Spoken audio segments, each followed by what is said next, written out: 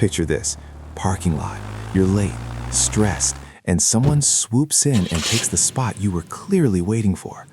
Your heart spikes, your jaw tightens, you're instantly activated. And the crazy part? They're already inside. They forgot you exist. Meanwhile, you're out here letting a complete stranger hijack your nervous system. Here's the secret. That first anger wave in your body is short, around 90 seconds, unless you keep feeding it. And I'm going to show you exactly how to shut it down fast. And later, I'll give you a simple 3-column map you can screenshot. Stay with me. Okay, don't pause. Do this with me right now. Seriously. Put a hand on your chest or wrist. Feel your heartbeat. Now breathe in for 4 counts. 1, 2, 3, 4. Hold for 4. Out for 4. One more time. In for 4. Hold. Out. You just did it. You brought your thinking brain back online. Here's the whole system. Say it with me. Notice the body, name the story, breathe. When you feel yourself getting triggered, and you will, everyone does, stop.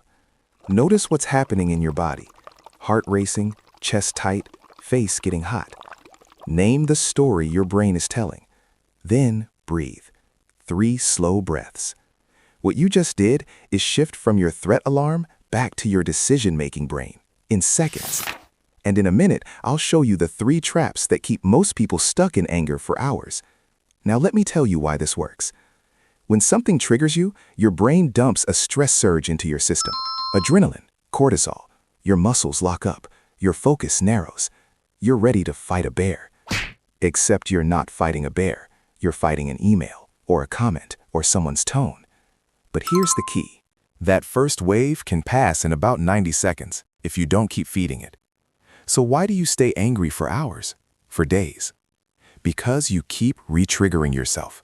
And it usually happens in 3 ways. 1. Replaying the scene. 2. Writing the angry text in your head. 3. Collecting evidence like a prosecutor building a case. Quick check. Which one do you do most? Comment your number. 1, 2, or 3. And keep watching, because in a second, I'll show you what to do instead. Because every single time you do one of these, your brain releases another hit of stress chemicals. You're hitting your own anger button over and over. And your nervous system gets used to it. It becomes familiar. So you start scanning for disrespect, for dismissal, for proof that people don't value you. Not because you love being angry, but because that chemical state has become home. This is why most anger management advice doesn't work. It treats anger like the enemy.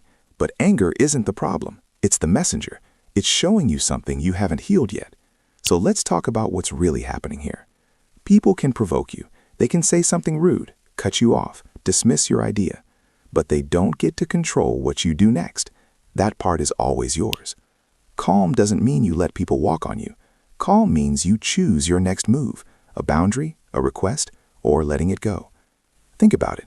If someone had the power to make you angry, then everyone who encountered that same situation would react the same way. But they don't, right? Your coworker shrugs off the criticism that sends you spiraling.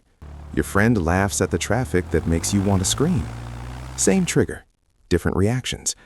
The difference is what's already inside you. When someone triggers you, they're pressing a button that was already installed. That button is made of old wounds, unhealed pain, beliefs you formed about what things mean about you. Sometimes it's childhood. Sometimes it's just learned patterns. Either way, it's rewritable. When someone criticizes your work, they're touching a wound from when nothing you did was ever good enough. Your brain doesn't know the difference between now and then. It just knows this feeling. I've been here before. Last time, it meant danger. So it sounds the alarm, fight or flight, chemical surge. And suddenly, you're not a rational adult. Part of you is in survival mode. But once you understand that, once you really get that they're just showing you where you still have work to do, everything changes. Now it's not about controlling other people. It's about turning off buttons that don't serve you anymore. And here's something most people never realize. Anger is almost never the real emotion. It's usually a mask for something softer, something scarier to feel. I had this friend who'd cancel plans last minute, and it drove me crazy. But here's what I didn't want to admit. I wasn't angry, I was hurt. Scared that maybe I wasn't worth hanging out with. That's terrifying to feel. But anger feels powerful. Anger protects you from sitting with that deep fear that maybe you're not enough. And that's what anger almost always is, armor for vulnerability. Think about the last time you got really angry.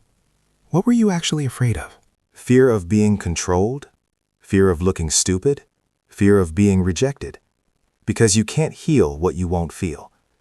If you're still here, you're going to love this next part, because this is where it gets practical.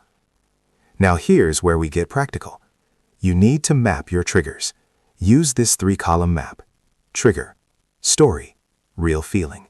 Take a screenshot. Here's an example. Trigger, passive-aggressive email. Story, I'm being disrespected. Real feeling, fear of not being good enough. For the next week, every time you feel yourself getting activated, write it down. What happened? What story did your brain tell?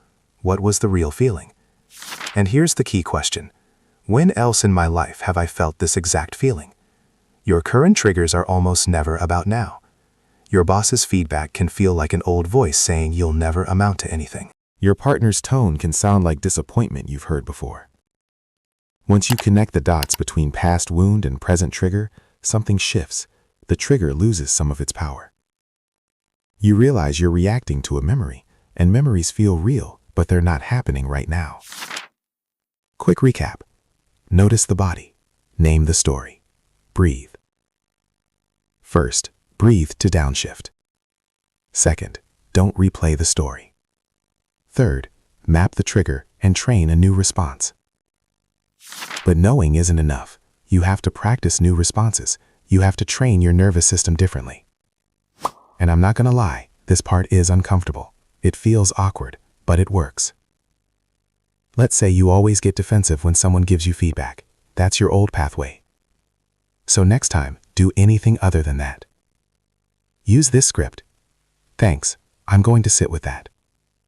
Or just, I hear you. Then bite your tongue. Feel the discomfort. Let the urge to defend yourself rise and pass without acting on it. If you feel yourself about to explode in a conflict, use this one. I need 10 minutes, I'll come back when I'm calm. Then actually walk away. Lock yourself in the bathroom if you have to. Let the wave crash over you. Wait for that first surge to pass. Then, when you're calm, decide how to respond. Every single time you choose the new response, you're building a new pathway, and over time, that becomes your default. You stop being someone who gets defensive. You become someone who receives feedback with curiosity. This is the difference between reacting and responding. Reacting is unconscious. Responding is intentional. And the only way to become someone who responds is practice, over and over. There's no hack, just reps. But here's what happens when you put in the work. You stop being at the mercy of other people's behavior. Someone can be rude, dismissive, even cruel, and it doesn't land the same way. Not because you don't care, but because you're grounded in yourself. So let me bring this home. The real battle isn't out there. It's in here. You versus you. Other people are going to do what they do. That's life. But you can control how much space you give it. You can control whether a 10-second interaction ruins your day. And look, you're still going to lose your cool sometimes. That's being human. The goal isn't perfection. It's progress. So here's what I want from you. If you already commented your number, reply to your own comment with one word. Disrespect, rejection, control, or not enough. Which one hits you? If this helped, hit like, share it with someone who needs it, and subscribe, because next week we're going into how to heal the patterns that created those buttons in the first place. Nobody gets to hijack your nervous system unless you let them. Take your power back. What if the people who trigger you most aren't your enemies? What if they're actually showing you exactly where you need to grow? We'll dig into that next week.